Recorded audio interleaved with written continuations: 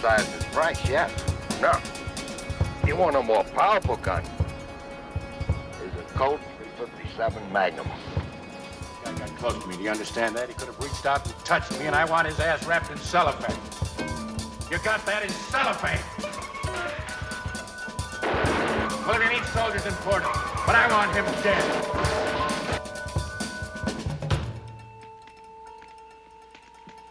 Dead.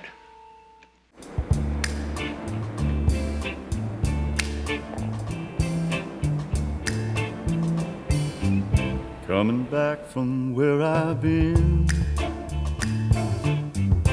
Did you see me going in? À sa sortie de prison, Earl McClean découvre que son frère a été froidement exécuté par des tueurs à gages. Le motif, quelques années plus tôt, les deux frères avaient braqué une banque sans savoir que l'établissement servait de couverture à l'organisation, un puissant syndicat du crime qui n'accepte aucune perte financière. Refusant de se terrer malgré la menace qui pèse sur lui, McClean décide de passer à l'offensive. Accompagné de son complice de toujours, Cody, il entame une traque impitoyable à travers le Midwest. Son objectif est simple mais suicidaire, remonter la hiérarchie de l'organisation, un braquage après l'autre, pour forcer les chefs du syndicat à lui verser un dédommagement ou à payer de leur vie.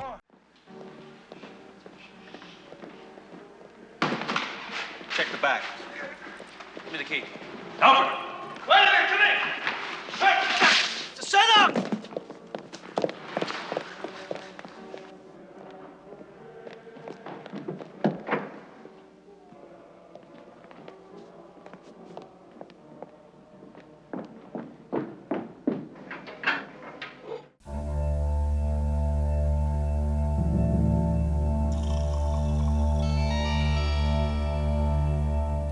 Né à Chicago le 14 mars 1932, John Flynn fait ses armes à la meilleure école possible en tant qu'assistant sur le classique de Robert Wise West Side Story ou La Grande Évasion de John Sturges.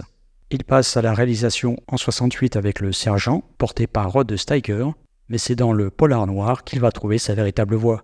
Après échec à l'organisation, sa carrière sera marquée par d'autres pépites du genre, notamment Le Culte Légitime Violence ou Pacte avec un tueur.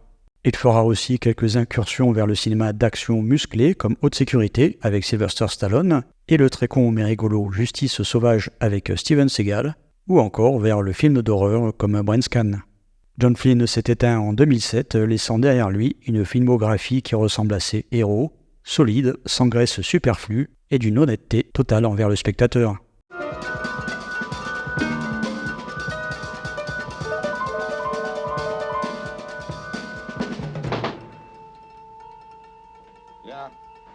Al.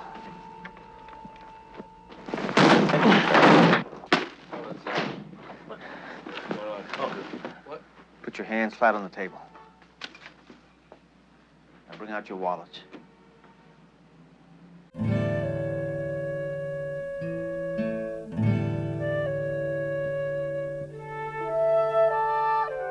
Robert Duvall est né le 5 janvier 1931 à San Diego. Ce fils d'amiral a imposé une présence physique unique, une force tranquille capable de basculer dans une intensité redoutable en un simple battement de paupières. Bien avant l'explosion du nouvel Hollywood, Duvall forge son talent à New York aux côtés de Dustin Hoffman et Gene Hackman. Sa carrière au cinéma démarre de façon magistrale en 1962 dans Du silence et des ombres de Robert Mulligan. Durant les années 60, il devient un visage incontournable, alternant les genres avec une aisance déconcertante, du western avec $100 pour un shérif d'Henry Hathaway, au drame psychologique avec La poursuite impitoyable d'Arthur Penn, ou le film d'anticipation avec THX 1138 de George Lucas. Préfixe THX est par conséquent déclaré incurable et devra être conditionné et maintenu en détention.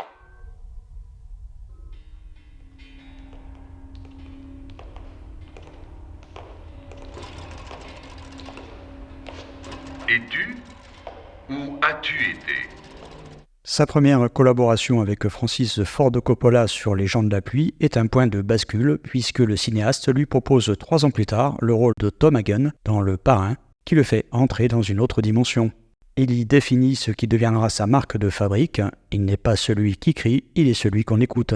Sa carrière est une suite de sommets. On le retrouve entre autres dans le satirique MASH de Robert Altman, Apocalypse Now, 4e collaboration avec Coppola en comptant Le Parrain 2, Sanglante confession d'Uli Grossbar, jusqu'à la consécration de l'Oscar en 83 pour Tendre bonheur de Bruce Beresford.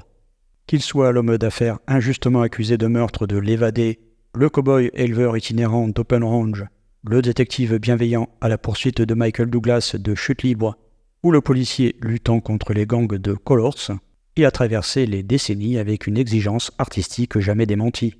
Un géant s'en est allé, laissant derrière lui une leçon de jeu, l'art de dire beaucoup en faisant très peu. You hit my brother and you came looking for me, that's no good. Now the outfit's gonna pay me money for my trouble.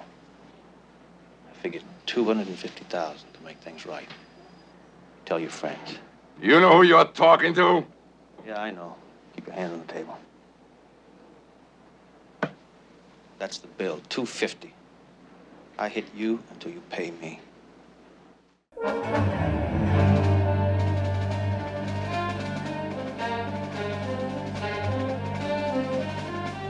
Robert Ryan est né le 11 novembre 1909 à Chicago.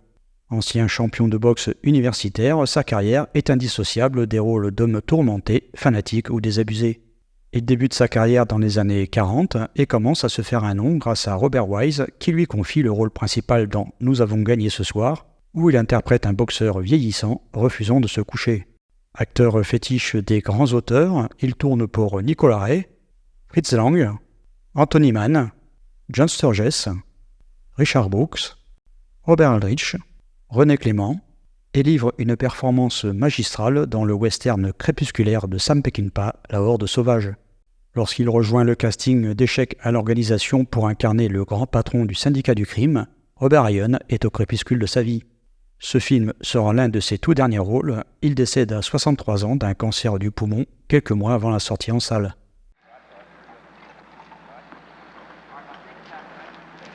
All right. We got a problem. No? No, you got a problem. I heard about your accident. A little later, you can tell me all about it.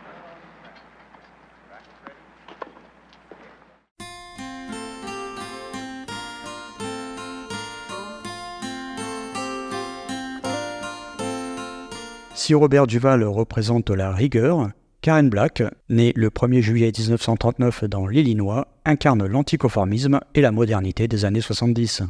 Avec son regard singulier et son jeu imprévisible, elle est devenue l'actrice fétiche d'une génération de cinéastes cherchant à briser les codes de la beauté hollywoodienne classique.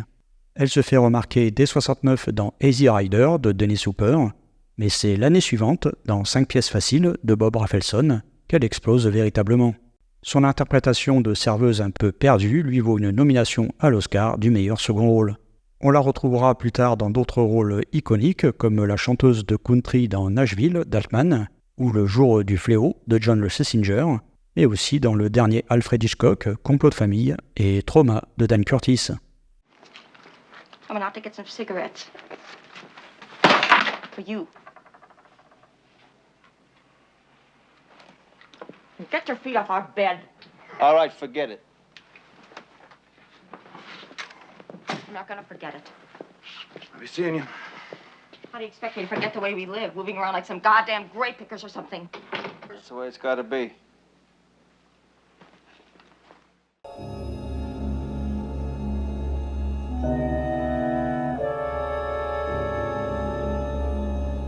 Au casting, on retrouve également Joe Don Baker, dont le portrait est prévu sur un autre film, et qui a débuté sa carrière en 1967 dans Luc, la main froide de Stuart Rosenberg, Joanna Cassidy, vue dans Blade Runner, Bill McKinney, un des acteurs fétiches de Clint Eastwood, est vu aussi dans Deliverance de John Boorman ou Rambo de Ted Kotcheff, Richard Jekyll, visage connu des amateurs de série B, vu dans Grizzly de William Gildler, ou Starman de John Carpenter.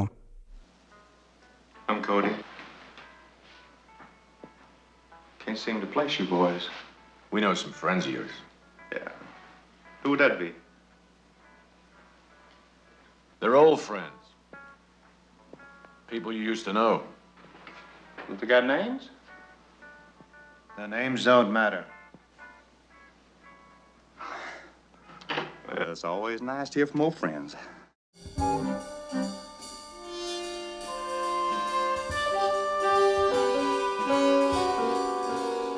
La source originelle d'échec à l'organisation réside dans la série de romans noirs écrits par Donald Westlake sous le pseudonyme de Richard Stark. Le premier de ces romans ayant fait l'objet d'une adaptation cinématographique en 1967 par John Boorman avec Lee Marvin, puis avec Mel Gibson en 1999. Le troisième volet de la série, publié en 1963, marque l'apogée de l'affrontement entre Parker, le personnage central des romans, et l'organisation, une entité criminelle syndiquée qui tente d'éliminer les indépendants trop gênants. L'adaptation cinématographique a dû naviguer entre la fidélité à l'esprit de Stark et les contraintes contractuelles imposées par Westlake. Ce dernier, échaudé par des expériences précédentes, refusait l'utilisation du nom Parker à l'écran, à moins que le studio ne s'engage sur une franchise à long terme. C'est ainsi que le protagoniste fut renommé Earl McLean. Malgré ce changement de nom, le personnage interprété par Robert Duvall conserve l'essence de Parker, un technicien du vol à main armée qui ne plaisante jamais et agit avec une précision chirurgicale. John Flynn, qui signe ici son premier scénario de long métrage, auquel Walter Hill a contribué de manière non créditée, était un admirateur de longue date des romans de Stark. Sa vision initiale divergeait pourtant de la réalité finale. Il souhaitait situer l'action dans les années 40 pour rendre un hommage formel au film noir classique. Mais cette intention stylistique fut contrée par les impératifs budgétaires du studio qui imposa un cadre contemporain. La production s'est déroulée sous l'égide de la MGM, alors dirigée par James T. Aubrey, une figure controversée de l'industrie surnommée le Cobra souriant. Aubrey avait pour mission de transformer un studio en difficulté en une entreprise rentable, ce qui passait par une réduction drastique des budgets de production et une vente massive des actifs historiques.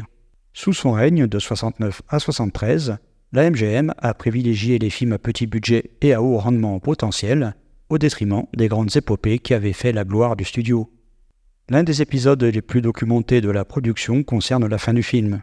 John Flynn, fidèle au ton sombre du roman, avait prévu une conclusion plus nihiliste. Cependant, Aubrey a personnellement exigé que la fin soit modifiée afin de satisfaire le public des projections test. Cette fin imposée est souvent citée par les critiques comme le seul moment de faiblesse narrative d'une œuvre par ailleurs implacable. Pourtant, Flynn est resté très attaché au film, soulignant que malgré les interférences du studio, l'essentiel de sa vision, une chronique sèche et nerveuse de la pègre, avait été préservé. He tried to rape me. Hey, you get back in the house. Shut up. You never stand up for me. I am Buck's wife. He tried to put his hands all over me. What the hell? Why the hell would she say that nothing happened? She got no reason. Look, she offered it, but I turned her down. Hey. You a lying friend, man. You don't want to do anything. Come on, fella. Get out of the way.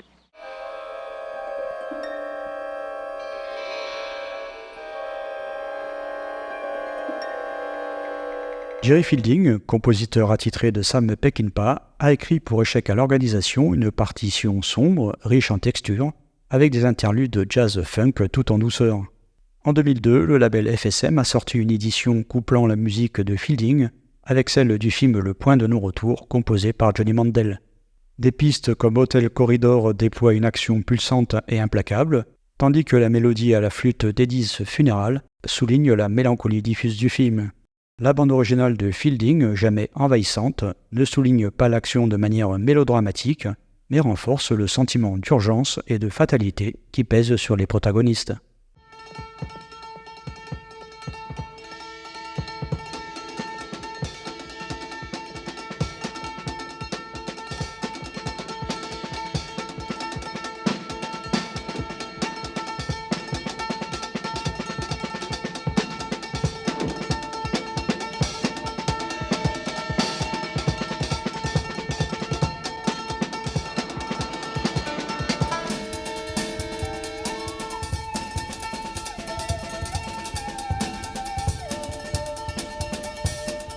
L'affiche originale américaine cherche à équilibrer le prestige d'un casting de premier plan avec la promesse d'une action brutale. Elle utilise un montage photographique classique de l'époque, organisé de manière verticale.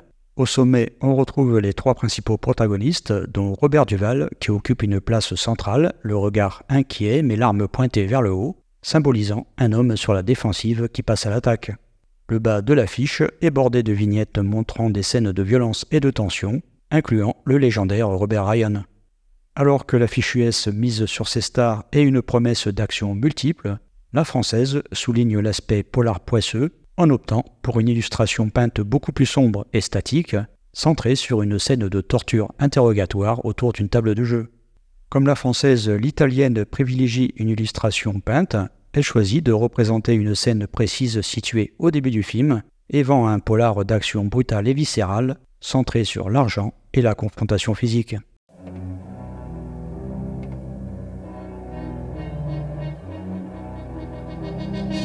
Contrairement à de gros blockbusters de l'époque, Échec à l'organisation a eu une distribution plus discrète aux USA, s'imposant avec le temps comme un film culte plutôt que comme un succès immédiat. Sorti le 19 octobre 1973, il a généré des recettes d'environ 1,5 million de dollars, ce qui est très faible. En France, le film sort le 23 juillet 1975, soit près de 2 ans plus tard, et attire 48 000 tueurs à gages. Il a eu une exploitation assez confidentielle, typique des polars américains de l'époque, qui trouvaient leur public surtout dans les salles spécialisées.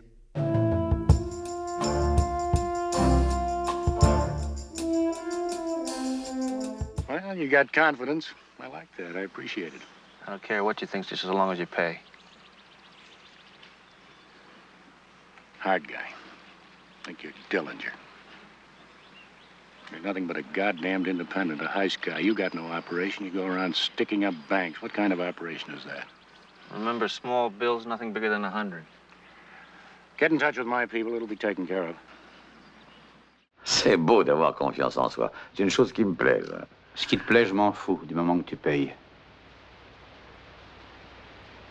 Le caïd. Tu crois être un Dillinger. Tu n'es rien d'autre qu'un petit indépendant, un truand quelconque, sans envergure, qui vivote en cassant des banques. Puis qu'est-ce que tu te figures que tu es? N'oublie pas des petites coupures usagées de moins de 100. Contacte mes hommes, on fera le nécessaire.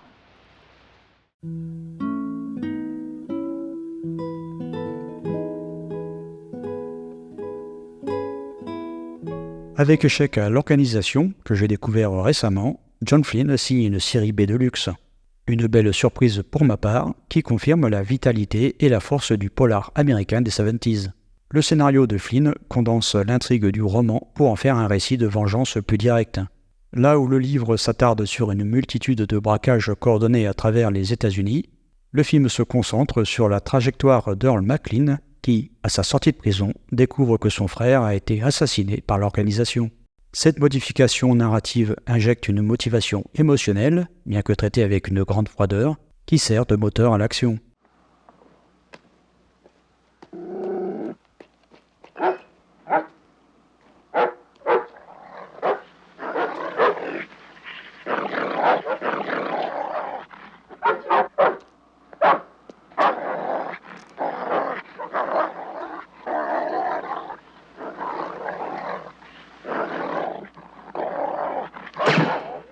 La mise en scène de John Flynn, d'une efficacité redoutable, s'efface derrière une volonté de réalisme quasi chirurgical, où chaque cadre est dicté par une économie narrative absolue. Le cinéaste refuse les artifices et les effets de manche typiques de son époque pour se concentrer sur le pur comportemental. Il filme des hommes de métier, des pros, même si leur spécialité consiste à démanteler un empire criminel. La photographie de Bruce Surtees, collaborateur fétiche d'Eastwood, accompagne merveilleusement ce dépouillement en baignant les motels ternes et les routes anonymes du Midwest dans une lumière froide qui souligne la solitude radicale de ces personnages.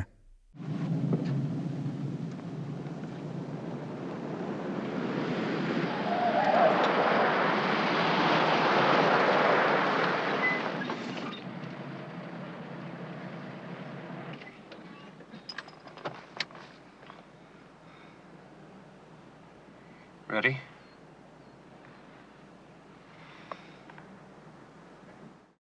Le film repose sur l'interprétation monumentale de Robert Duvall, qui trouve en McLean l'un de ses rôles les plus denses, tout en retenue.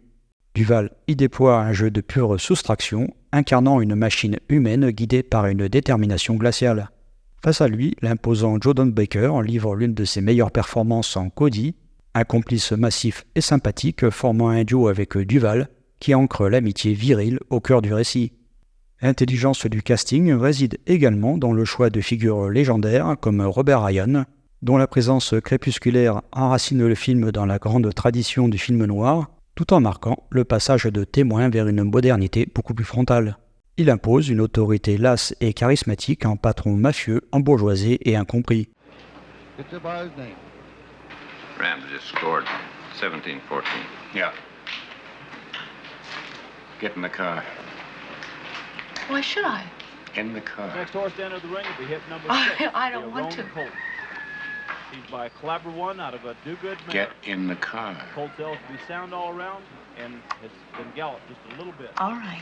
But I'm not listening to any goddamn football game. Au-delà de la mécanique de la vengeance, le récit explore la collision brutale entre l'artisanat criminel et la bureaucratie du crime organisé. McLean n'est pas un justicier, c'est un indépendant qui refuse d'être broyé par une organisation fonctionnant comme une corporation anonyme et sans visage. Le film nous dépeint ainsi une Amérique désenchantée où la quête de dignité passe par le respect scrupuleux d'un code moral souterrain. Well, let's see.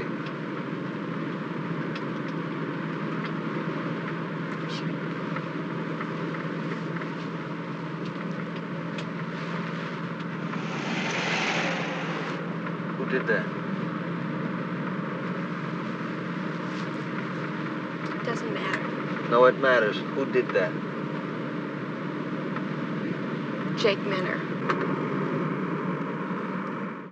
Qu'il soit vu comme un hommage crépusculaire au film noir ou comme un jalon essentiel du néo-noir, Échec à l'organisation est un film sous-estimé qui capture l'essence des années 70, une vengeance froide et ingénieuse contre un système oppressif, servi par une mise en scène tendue et un casting mémorable. En refusant le spectaculaire au profit du vrai, John Flynn a créé une œuvre qui a mieux vieilli que beaucoup de ses contemporains plus onéreux, un témoignage poignant d'un cinéma artisan face à l'industrie hollywoodienne. Get in there. Move it! All right, hang out the phones. Your hands where I see them. You two on a couch up against the wall. Hands, gentlemen, hands. The safe. I don't know the combination. Get up. Take off your shoes. What? Take off your shoes. Every time I tell you to open that safe and you say no, I'm going to shoot off one of your toes.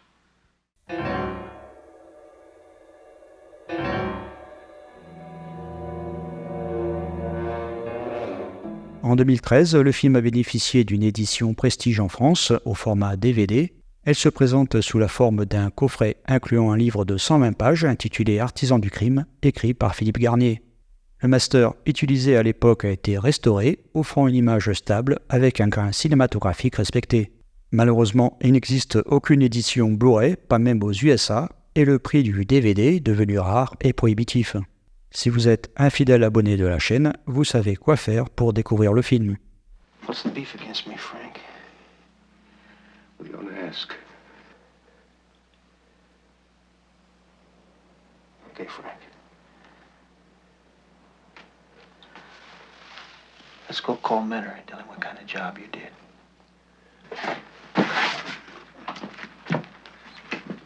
Earl, don't hurt him anymore. You tried to kill Frank. Why shouldn't I hurt you? C'est fini pour aujourd'hui, merci d'avoir suivi cette rétrospective jusqu'à la fin, et je vous dis à très bientôt pour de nouvelles aventures cinématographiques.